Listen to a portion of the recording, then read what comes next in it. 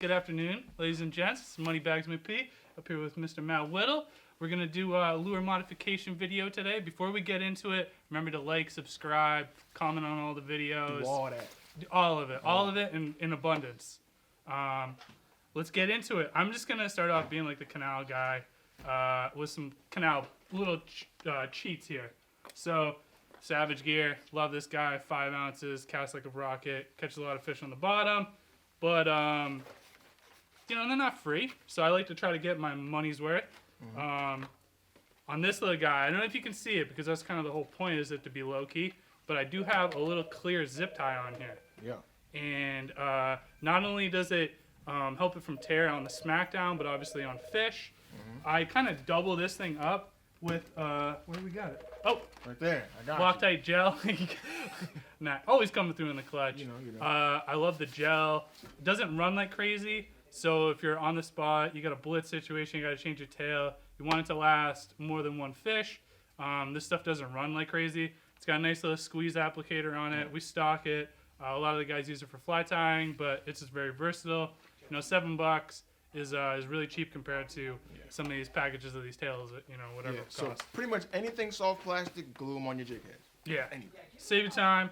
Another little canal secret, or not really a secret, Sabiles. These back hooks are, I mean, they're just inadequate. They're like designed to failure. So I'd love just running on one single.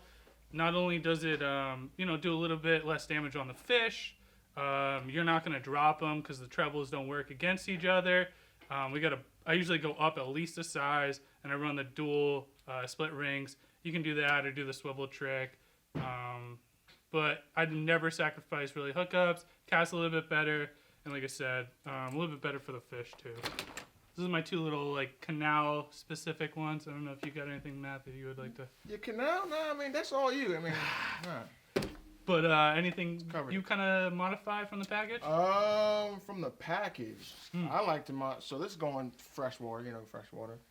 These frogs. So any kind of soft-bodied frog you throw in the pads, top water, I like to add a little split ring on them. So when they're sitting in the water, they sit head down. So when fish take them, they push the back down, and these little hooks go right up into the front portion of the mouth, and you get a better hookup ratio versus them sitting flat, and the fish either push them out the way, or you set the hook too early and you pull out of his mouth. So having the little split ring on the front end of the frog always helps with your hookup ratio. And this is something different. This is actually a little, let me see if I can take it out. So this is a squid with a little jig in it. So you have like a little 3/8 ounce jig with a little squid. So you can actually cast squids, so even in like a squid blitz or just a different kind of bait to throw. This is different, and it's catches a lot of fish. Stripers, bluefish, but mostly stripers. Yeah, I mean, everybody loves topwater blow up with the frogs, but I would definitely say the hookup ratio is probably its downfall. So anytime you can increase that, that's definitely going to be a useful modification. So as far as like my lures go, I'd love to be able to go full video without saying something about SP, but I just can't do it. I'm physically incapable. I just can't do it. This man loves his SP minnow. It's nothing crazy, but going to the single hooks, again, I just catch and release everything. Yeah, these BKKs are beautiful. You know, and sometimes I don't do them all the same. So this is a blurple, so if I'm primarily fishing at night with it, I'm not hooking myself. Some of these little SPs, like 2 of them hooked up here. This is like the sand eel color, where I put a VMC on the front and have a dressed white single on the back. This is everybody's favorite little bone color. Fall and spring, this thing does great. But also with these smaller lures, and generalization here, but I'm trying to target a little bit smaller fish when I'm throwing these. So having the singles on there, considering the size of the fish that I'm targeting with them, can definitely help the fish survival rate. Yeah, you know? and just talk about which size hooks you use for these kind of. So for the small guys, I would probably run a 1/0 inline single, and for maybe like your full size 5 or 6 inch SPs, I would go with like a 2/0, maybe even a 3/0. I'm just trying to match the gap of the treble hook that you're replacing, and maybe increase it a little bit just to use the singles but still have a good hookup ratio. I like running those on a lot of stuff. All right, so going over to Albie. So I'm pretty sure all you Albie guys, you've had lots of days where you've thrown every epoxy jig at them and they're not biting. This lets you throw flies without having a fly rod. So what I do is I take a little jig, I take off the split ring and the hook, I tie like a 9-inch piece of leader on the back, and this lets you cast flies at albies without having a fly rod. You can cast pretty far with this, and as long as you have a pretty good leader on it, this thing can outfish almost any epoxy jig you throw because it's just better. Yeah, I mean, sometimes it's just tough to match a hatch with like a standard lure, and the action on these flies is crazy. I know you've had great success with that. I do use it on a lot of other plugs too. So we got the floof over here. Oh man. We got a nice squid Squiddy in the sound where I'm out of mostly doing my spring schoolie fishing. That is the primary bait, that or herring. We got a big sand eel fly here, and something we probably see me working with is the blurple. Yeah. I run teasers on ahead of a lot of my SPs, and some nights you can have 9 hookup on the teaser, you got 2 on the SP. So not having it is just leaving a lot of fish out there. You know, slobs will still eat a small little fly. They're super effective, and you're just you're putting 2 lures in the water. So you're only gonna catch more. Yeah, I mean you're sacrificing your casting distance, but I mean it's a trade-off. Casting distance versus catching more fish. So Yep.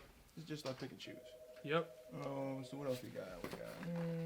Little goodie bag. Oh, so as far as like a lot of these lures are gonna come with kind of chintzy hooks from the factory. I got a couple of my go-tos here. I love BKKs. Can't swear by them enough. I got the single 2/0 here, El Diablos, and then some nice trebles here.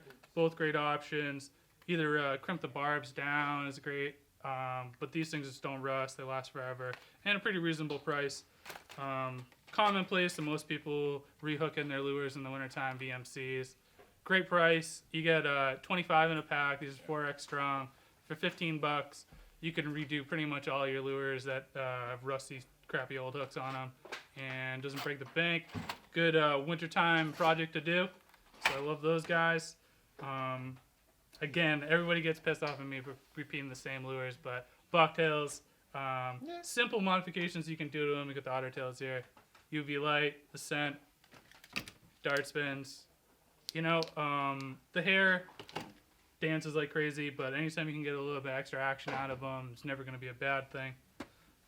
And also to add to Bucktails, I like adding on like little kind of like eel imitations, and then what I do with these is I cut the tail about like 1 inch or 2 down.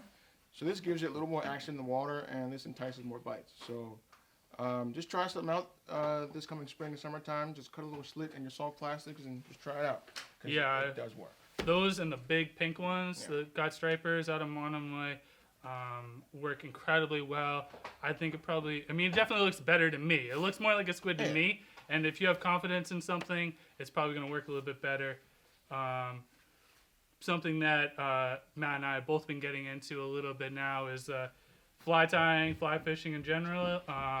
But even if you're just adding, making your own teaser hooks for your SPs, there's something gratifying about making a lure and then catching a fish on it. So we got one of the basic kits. This is what I've got at home. Comes with tons of materials, fly tying vise, pretty much everything you need to get going started. So even if you're not fly fishing, it's still fun to make some of these nice little drafts.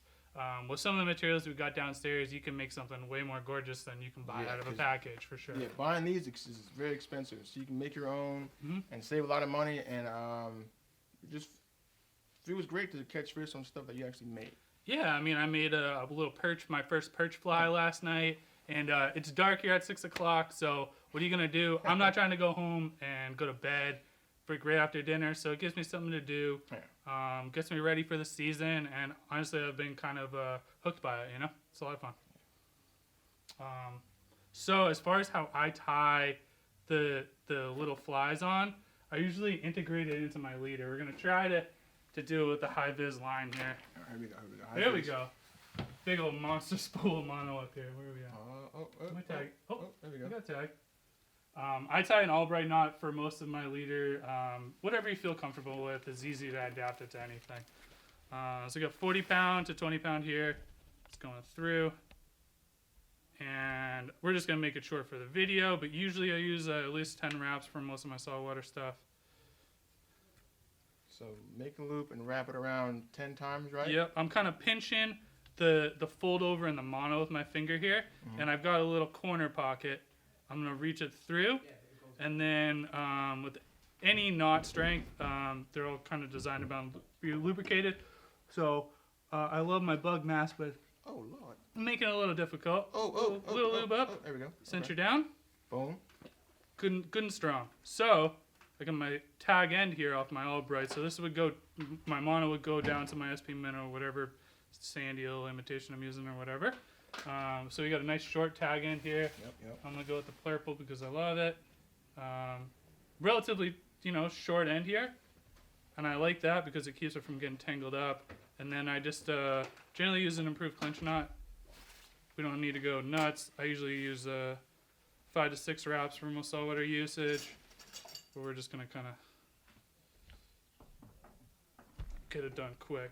Yeah. Boom. And then just Matt coming in with the assist on the tag. Boom. And there we go. And then just to give him a good representation, let's cut Cut a piece and put on the SP so they can see. Let's do it. Cool. How it do. Generally, my leaders are pretty short. I love fishing them at night. So I don't need anything longer than 2.5, maybe 3 feet max. This man's got 3 SPs over here. I got 3, only 3. And we're gonna tie this guy on. Again, I usually use an improved clinch knot, but usually I'd have a tactical angler clip on the end here, just to get a little bit more action, make it easy to swap my lure. Boom, boom, boom. Boom. There we go. So, that kind of be my presentation here. Boom. Make it pretty for the people. Boom. So that's kind of how it would present.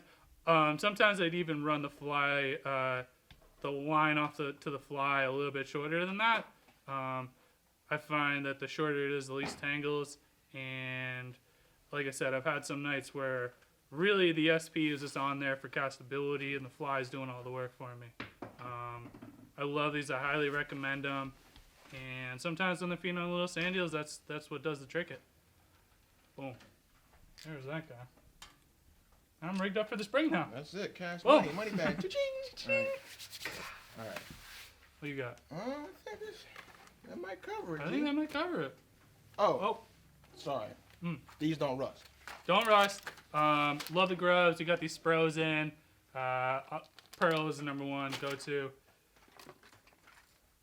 I love these little pencils from Yozuri as well. The only thing that I'm looking at this out of the package, triple trebles.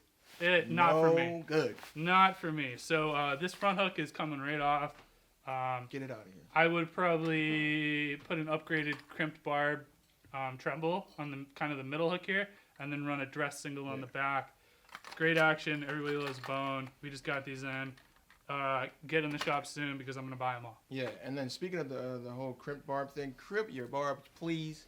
Crimp your barbs. Yeah, your thumbs will appreciate it. The fish appreciate it. I've seen a lot of guys on the beach this summer with plugs in their arms walking to their car when there's a blitz going on, and that's not good. Yeah, it's not good. Going to the hospital while Moneybags catching 30-pounders at the beach is, is not a good thing. You don't want to be walking away from that. So yeah, if you get anything from this video today, any lure modification, crush your barbs. Crush your barbs. Put singles on.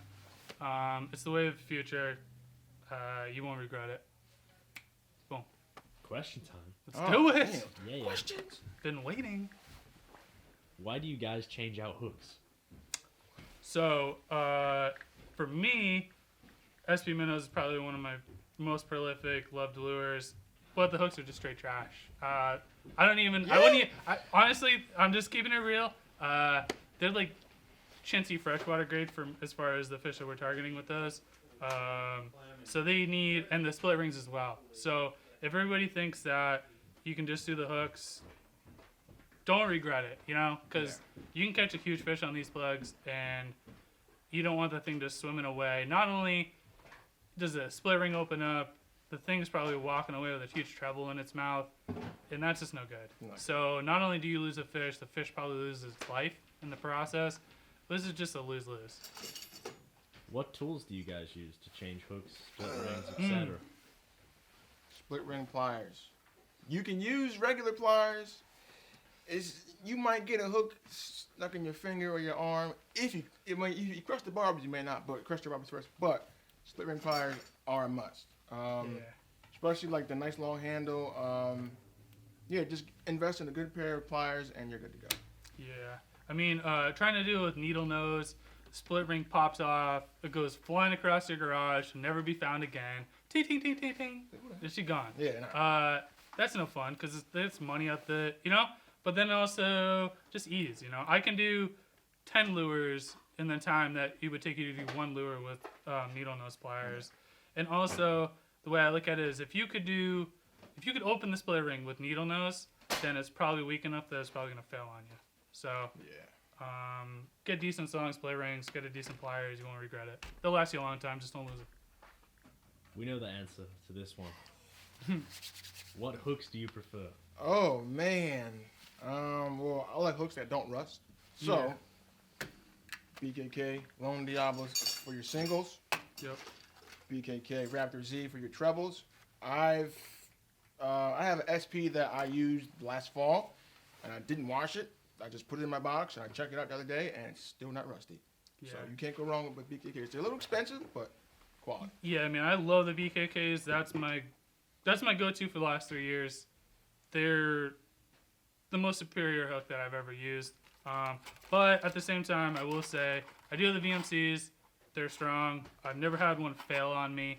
And it's a good value. So I don't hate on these. I know a lot of people have been using these for years and no failure, and there's nothing wrong with them, I just, I do love the BKKs. All my top 5s that I use on the regular are going to have BKKs, and that's all I can say. What are the benefits of using inline singles? So I can go on for days. I think that action is generally improved.